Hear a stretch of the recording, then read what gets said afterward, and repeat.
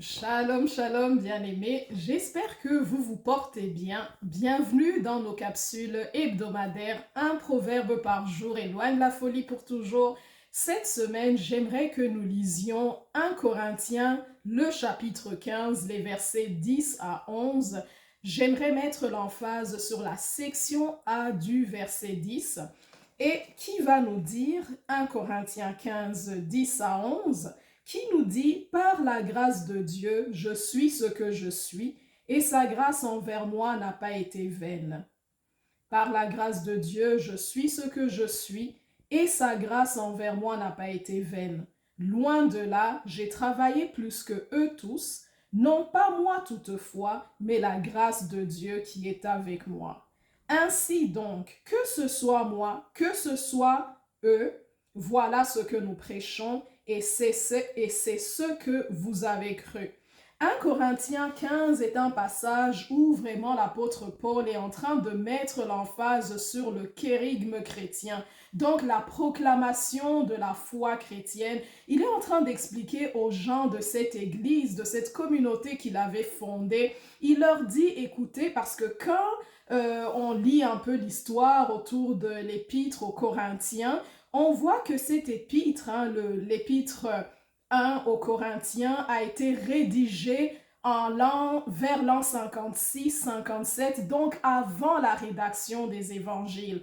Donc ces paroles que l'apôtre était en train d'écrire à cette église servaient comme d'encre à la communauté chrétienne. Donc c'était des lettres qu'ils pouvaient s'échanger et nous aujourd'hui nous avons le privilège par la grâce de Dieu d'avoir toute une Bible avec tout ce qui est déjà écrit qui va être le fondement de notre foi. Mais à cette époque, c'était ces lettres-là ou bien ces proclamations qui servaient d'encre et de kérigme pour le peuple de Dieu à cette époque.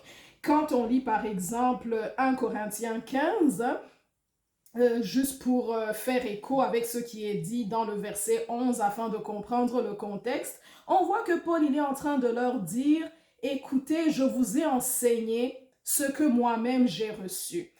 Le verset 3 va nous dire, je vous ai enseigné avant tout, comme je l'avais aussi reçu, que Christ est mort pour nos péchés selon les Écritures, donc selon l'Ancien Testament, selon la prévision, la prédiction ou la prophétie de l'Ancien Testament, que Jésus-Christ a été enseveli, qu'il est ressuscité le troisième jour selon les Écritures, qu'il est apparu à Céphas, puis aux 12. Ensuite, il est apparu à plus de 500 frères à la fois, dont la plupart sont encore vivants. Donc, on peut vérifier ce que je suis en train de dire. C'est que la plupart sont encore vivants et dont quelques-uns sont morts. Après, il va dire, ensuite, il est apparu à Jacques, puis à tous les apôtres. Après eux tous, il m'est aussi apparu à moi comme à l'avorton, car je suis le moindre des apôtres, je ne suis pas digne d'être appelé apôtre parce que j'ai persécuté l'Église de Dieu. Et c'est là qu'il va dire, mais par la grâce de Dieu, je suis ce que je suis et c'est par sa grâce envers moi. Et sa grâce, faut pas que sa grâce se trouve à être vaine. Aujourd'hui, un proverbe par jour, juste pour dire, ce verset, c'est un verset qui place chacun à sa place et dans son appel et dans la grâce que le Seigneur lui a donnée. Dieu nous a appelés, qu'on soit juif, qu'on soit païen, qu'on soit homme, qu'on soit femme, qu'on soit jeune, qu'on soit vieux. L'apôtre Paul, il dira à un moment donné aux Galates, il va dire que dès que le Seigneur m'a appelé, dès que Jésus-Christ m'a appelé, je n'ai consulté ni la chair ni le sang, donc je suis parti faire ce que le Seigneur m'avait demandé de faire. Dieu a mis des talents, des capacités, des dons dans chacun de ses enfants. Et à un moment donné, lorsqu'on a reçu Jésus-Christ comme Seigneur et Sauveur personnel, on peut recevoir une injonction, un appel. Parce que Paul, il dit, depuis que j'étais dans le sein de ma mère, Dieu m'avait appelé. Mais à un moment donné, le Seigneur Jésus-Christ est apparu à moi et il m'a dit, va faire ce que tu dois faire. Il lui a donné une feuille de route, entre guillemets, et lui disant ce qu'il devait faire. Et il n'a consulté ni la chair ni le sang, il l'a fait. Nous sommes différents, chacun a des dons différents, chacun a des talents différents, chacun a un passé différent, chacun, nous avons notre personnalité, nous avons notre empreinte digitale qui est unique. Donc, lorsque le Seigneur nous appelle, l'appel de chacun, le ministère de chacun, la façon de fonctionner de chacun n'est pas comme celle de son frère, de sa sœur, de son voisin. Donc, on ne peut même pas être, par exemple, dans la compétition, on ne peut pas être dans la jalousie, on ne peut juste pas se comparer. Le seul modèle auquel nous devons nous comparer, c'est Jésus-Christ, c'est la parole de Dieu.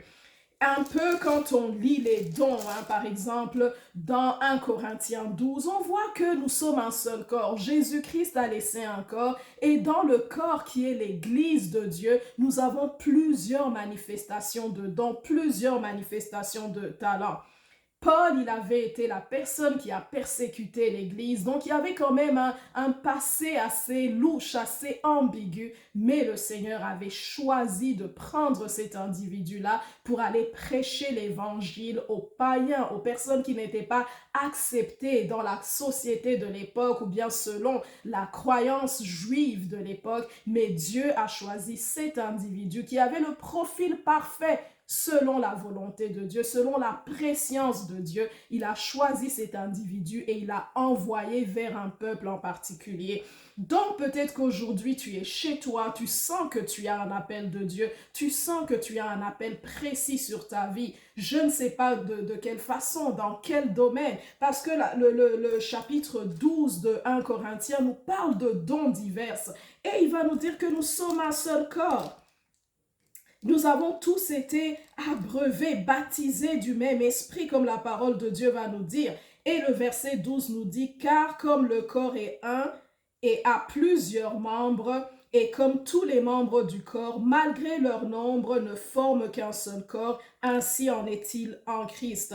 Le verset 15 va nous dire, si le pied disait parce que je ne suis pas une main, je ne suis pas du corps, ne serait-elle pas du corps pour cela? Et si l'oreille disait parce que je ne suis pas un œil, je ne suis pas du corps, ne serait-elle pas du corps pour cela? Donc nous avons besoin les uns les autres, nous avons besoin de reconnaître par exemple la particularité d'un certain don, d'un certain ministère. Certains vont évangéliser par la musique, d'autres vont évangéliser par la danse, d'autres par le don de secourir, d'autres par le don de gouverner, d'autres peut-être ils auront des cheveux longs, d'autres peut-être vont avoir des cheveux très courts. En tout cas, c'est le Seigneur qui équipe, c'est le Seigneur qui appelle et il choisit un profil en particulier pour un peuple en particulier, pour un ministère en particulier. Donc ce verset aujourd'hui, en tout cas, c'est l'un de mes préférés dans la parole de Dieu, en tout cas dans le Nouveau Testament. L'apôtre Paul, il dit, je suis, par la grâce de Dieu, je suis ce que je suis. Je ne me compare pas à mon frère, je ne me compare pas à ma sœur. Et sa grâce envers moi n'a pas été vaine. Je suis ce que je suis par la grâce de Dieu et sa grâce envers moi n'a pas été vaine. Faut pas qu'aujourd'hui le Seigneur se présente à moi, se présente à toi afin de recueillir le fruit de tous les dons, de tous les talents qu'il a mis en toi, qui ne trouve aucun fruit et que tu dises j'ai eu peur. Donc j'ai caché ce don, j'ai caché ce talent parce que je voulais pas que la société dise ceci de moi, je voulais pas que mon voisin, mon frère, ma soeur disent cela de moi, donc j'ai caché ce don. Que le Seigneur vienne au milieu de nous, que le Seigneur vienne dans ta vie, qu'il vienne dans ma vie et que tu puisses dire comme Paul, loin de là, j'ai travaillé plus que eux tous. Non pas moi toutefois, mais la grâce de Dieu qui est en moi.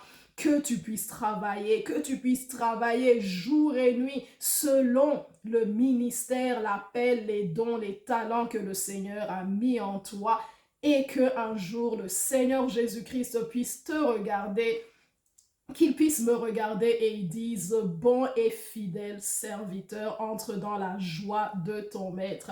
Donc aujourd'hui, je vous laisse cette semaine, je vous laisse avec cette parole qui dit je suis ce que je suis par la grâce de Dieu. C'est une affirmation positive, c'est une affirmation empreinte d'humilité et sachant que c'est Dieu qui t'a appelé, c'est Dieu qui va t'équiper et c'est Dieu qui t'a envoyé. Que le Seigneur vous bénisse, que le Seigneur vous garde et bonne semaine. Bye.